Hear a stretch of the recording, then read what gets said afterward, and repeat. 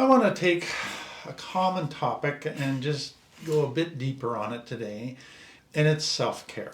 And self-care is a topic that has become very popular for people to talk about, but I find that for much of the discussion that I see that takes place around self-care is that a lot of people end up only doing what I would call partial self-care. They're taking care of parts of themselves, but not all of themselves. Secondly, I find that a lot of people, they just know they're tired, but they don't know why. So they just know, oh, I need some self-care, but they don't know what's caused them to become so depleted. So there's a lack of awareness about what depletes us. And so what people then do is, oh, I'm so tired, I just need to rest physically. And that might not be exactly what they need. They might need a self-care that goes beyond just physical rest. And so I really want to dig into this because what I find is for a lot of people, they see some of the current teaching that might kind of just be that more superficial, you just need to go have a day at the spa, and they just think that's going to fix all their problems, and they don't have a full enough understanding of what true self-care is, and they don't understand at a conscious level all the things that bring about us feeling depleted. I think for anybody in recovery, they know that when they're depleted of energy, it's a dangerous time for them. So if they're depleted physically, they're exhausted, or they're depleted emotionally, or they're depleted in their relational gas tanks, that's a dangerous time for a person in recovery. And so it's so important to begin to understand when we're depleted and what's caused that depletion. We need a growing self-awareness in this area if we're going to do well in recovery. That's what we're going to really dig into. What happens, I think, for many people in recovery, which complicates this, is they go into recovery after years of basically dissociating. So they've suppressed all their emotions. They've lived like robots. They just do what needs to be done. They don't feel much. They're not aware of what's going on inside of them. It's just all about productivity and doing stuff. Lack of self-awareness. Everything is just operating out of this self-conscious world. And so they're disconnected from emotions, even from bodily sensations. They just push themselves through life. What they don't realize is, as they're going through life, all of that stuff, they're not conscious of it, but their subconscious brain is conscious of it.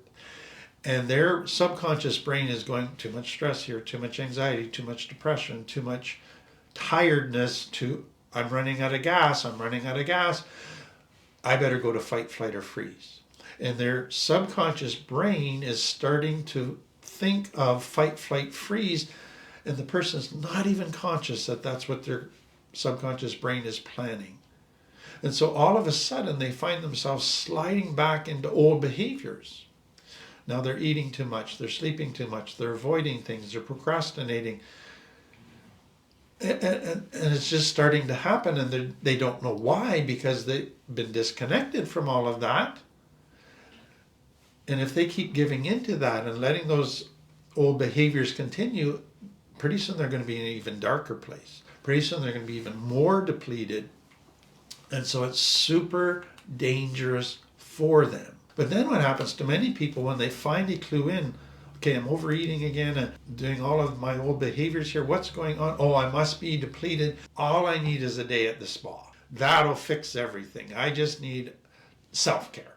And they go for a day at the spa, and it doesn't help a whole lot. It helps a little bit, but it doesn't help a whole lot.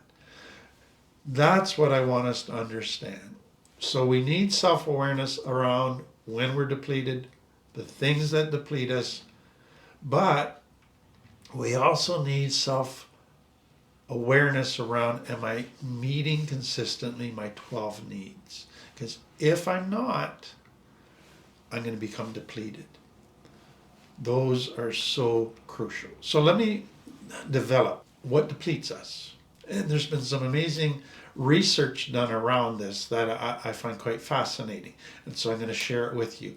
So we all most readily think of being depleted, tired, exhausted because of physical labor, because of physical work, about doing too much. I'm just exhausted. So when we think of depletion, we tend to think of it in physical activity terms.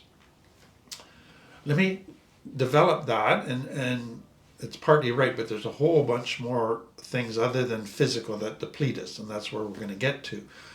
But let me give you a bigger context here.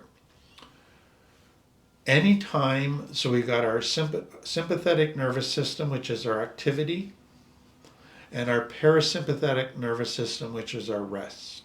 They need to be in balance if we are going to keep our gas tanks full, to stay healthy, not burn out.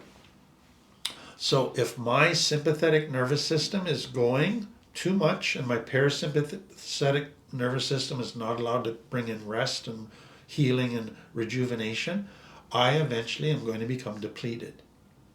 And so for people from complex trauma, this is why we become depleted so easily, because we're used to being in our sympathetic nervous system all the time because we're in survival mode. And so it's easy to slide back into that. That's been the default setting for years. And so big picture, what we're looking at with depletion is learning when I'm in my sympathetic nervous system, when I'm back in survival mode type of stuff, and not in my parasympathetic in the right balance. That is the big picture of what we're looking at. Now let me just say this. When we go into our sympathetic nervous system, it actually, for many people, feels good because we get an adrenaline rush. We get more energy. We feel more alive. We don't feel depleted. And so we go, this is a good thing. But what you don't realize is if you don't get to the parasympathetic in the right balance, being in your sympathetic too much feels good for now, but it's slowly taking its toll and using up gas that you're not replenishing. And pretty soon you're going to burn out. You're going to be depleted. So I'm going to give you some of the physical things that they're finding. So besides just overworking, go all the time, not getting enough sleep. What they're finding is a person who loves multitasking. And so they're always wanting to multitask. That takes a lot of energy. And so it can deplete us more quickly than a person who just does one thing at a time. Another thing they're finding is people that live in cluttered, messy spaces without realizing that's actually depleting them. That's taking energy out of them just to live in that space. Another one is being cooped up inside, all alone. So you don't go out, you don't connect, you don't interact with people, you don't do anything social, you just stay cooped up. That takes a lot of energy. Other ones, not drinking enough water, so dehydration.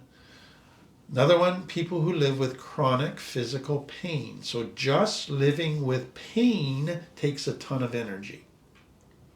So those people get depleted. People that are fighting a sickness, an infection, a virus get depleted because it takes a lot of energy to fight those things. People recovering from surgery where their body's doing a ton of healing physically are very tired. And then people who go through a major move or a major change in life, job-wise, moving to a different city, a new relationship, a child moving away from home, a new baby, ton of energy required. And so they can become very depleted because of that. So those are all physical things. But what I want you to realize is that's only a small part of what depletes us. One of the things that depletes us probably more than anything is emotions. So let's talk about that. Because for people from complex trauma who've suppressed emotions, disconnected from emotions, they don't realize how much energy emotions take. And so what we find for many people who take our lift program or react program is after a couple of weeks they're just exhausted and they go, why? I haven't been doing anything, and they're still thinking in terms of physical activity is the only thing that makes you tired. And I go, no, you're doing yeoman's work when it comes to emotions right now, and you're exhausted because of all the emotional work that you're doing. And that's a new concept for them. So things that deplete us in the emotional world, and it's fascinating to me what they're finding out, is when you have stuff emotions all the time, so you got anger coming up, you stuff it down. You got fear coming up, you stuff it down. That's intense emotional stuff that you're stuffing. If you go through loss and you stuff it down, it's like holding a beach ball underwater. It takes a lot of energy to stuff down an intense emotion. And so you get depleted because of that. Second one with that is every time you feel an intense emotion, like anger, deep fear, huge amount of stress, hate, deep sense of injustice. Those are intense emotions, and they all involve cortisol. Any intense emotions that brings about cortisol, you'll be exhausted afterwards. They take a ton of energy. So just feeling and expressing very intense emotions requires a lot of energy. Next one I've already kind of referred to, and it's processing old wounds, old trauma that you've been suppressing for years, but now you're bringing it out and talking about it, processing it, crying about it, healing, feeling the emotions of it. That's exhausting. That is hard work, and it is very depleting. So if you're in a recovery program, expect to be tired. Another one is if you're carrying an intense resentment towards somebody, that takes a lot of energy. Another one, if you have a conflict, an intense conflict with somebody, you can expect you're going to be exhausted afterwards because that intense conflict took a ton of energy. Next one, if you're sitting in an intense emotion that can't quickly be resolved, so you've just lost somebody, you're grieving, you just don't magically make that go away. You got to sit in it. Or if you're going through a time of change, so you're going to be going to a new job, going through a move, there's a lot of anxiety and insecurity around that, living in the unknown, that creates emotions you can't magically make it go away. So you got to sit in them. Sitting in those emotions takes a lot out of you. If you're in a dangerous place, so there's a war going on, you're sitting in intense emotions that you can't magically make disappear. If you got financial problems you can't just make disappear. Those take a lot out of you, the emotions that you have to sit in. Another important one is when you are supporting somebody who's going through a very painful time. So you're listening to them, you're feeling compassion to them, you're spending time with them. You're going to be exhausted. Compassion fatigue is going to be there. Another one is if you get triggered, an old wound, an old issue gets triggered, so you feel disrespected, you feel not heard, not seen, rejected, all of that, and you lash out, you lose it, you just fly off the handle, and you go on a rampage in your triggered, dysregulated state, you're going to be exhausted afterwards. Giving in to that trigger and going to your limbic brain and just letting it fuel a whole bunch of behaviors takes a lot of energy. Another one they're finding is if you are constantly just negative, in a negative place in your head, criticizing everything, being negative about everything, complaining about everything in your life, it takes a lot of energy. It depletes you. And so part of that is because you're not giving your brain the good chemicals it needs, the serotonin, the dopamine, the oxytocin that it needs to feel good, to get energy. You're depriving it of that by just focusing on negative all the time, and it depletes you. If you become involved in a cause, a very important cause, let's say climate related, racial related, equality of the sexes related, injustice at work, whatever. If you become in a cause that is passionate to you, it's going to stir up a lot of intense emotions, and that can be very draining, especially if you then spend time on social media, on the internet, researching the cause, listening to what other people say about the cause. It keeps stirring up intense emotions, and that can be very draining. If you are a perfectionist, or if you are a bit of a control freak, you just always want to control everything in everybody's life, that takes a lot of emotional energy. It takes a lot of energy, and so there's going to be a depletion that can come out of that. Now let me take this a little bit further into deeper complex trauma territory.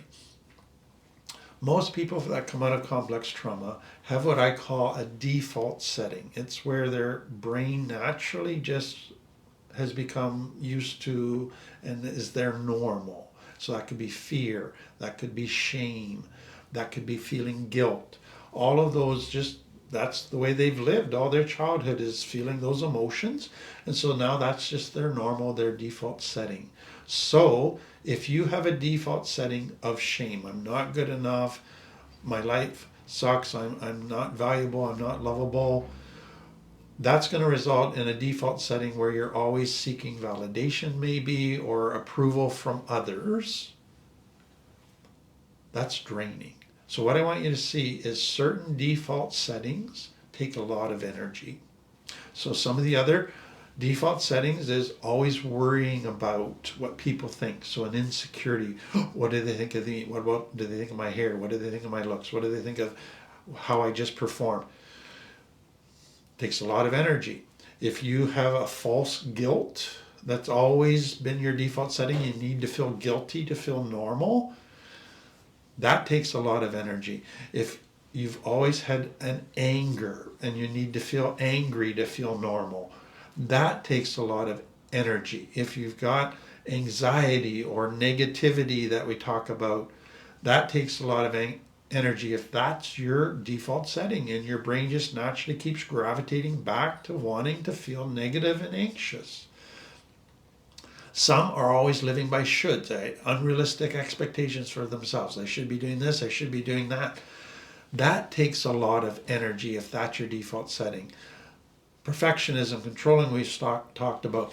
If you are a person that your default setting is stuffing emotions, that's the first thing you do when you feel an emotion, is want to stuff it and be stoic. That takes a lot of energy. If you have a default setting that doesn't want to feel emotions, so you just have distractions all the time, that takes a lot of energy. So what I want you to see is, when you look at the 60 characteristics of complex trauma that we talk about, a lot of those 60 characteristics can become a default setting for people from complex trauma. And most of those characteristics, if you think about it, you realize, whoa, it takes a lot of energy to have that as my normal. So it's important to begin to realize that people coming out of complex trauma, they have come to a place as their default setting that constantly is depleting. So important to understand. So that's just the emotional. So let's go to the third depleting category, and that's the intellectual. What they've realized is, again, we have our conscious brain and our subconscious brain. So our subconscious brain is working 95% of the time. We're just in autopilot. We're just doing all kinds of different things we're not even aware of. That doesn't take tons of energy. It's our conscious brain. And so that's the intense cognitive processing. So reading, thinking, analyzing, problem solving, doing calculations, memorizing, explaining stuff to people, where we ought to be in our conscious brain, that takes a lot of energy. In fact, it takes about a third of our calories are in our conscious brain. And so if you're in a day where you're just doing a lot of intense thinking, processing, calculating, teaching, and you're using a lot of calories, and so you're going to be tired afterwards. Another intellectual depleting thing is obsessing, not being able to turn your brain off when you have a resentment or there's been an injustice or you are worried about something or involved in a new cause or you have an embarrassment that you just keep replaying in your mind or a new love in your life that you just become obsessed about and you go over and over and over in your mind. That can be very draining. And so it's people that don't have good intellectual internal boundaries that can stop thinking about things when it's time to stop thinking about them. There's a fourth area where depletion happens, and that's relationship stuff.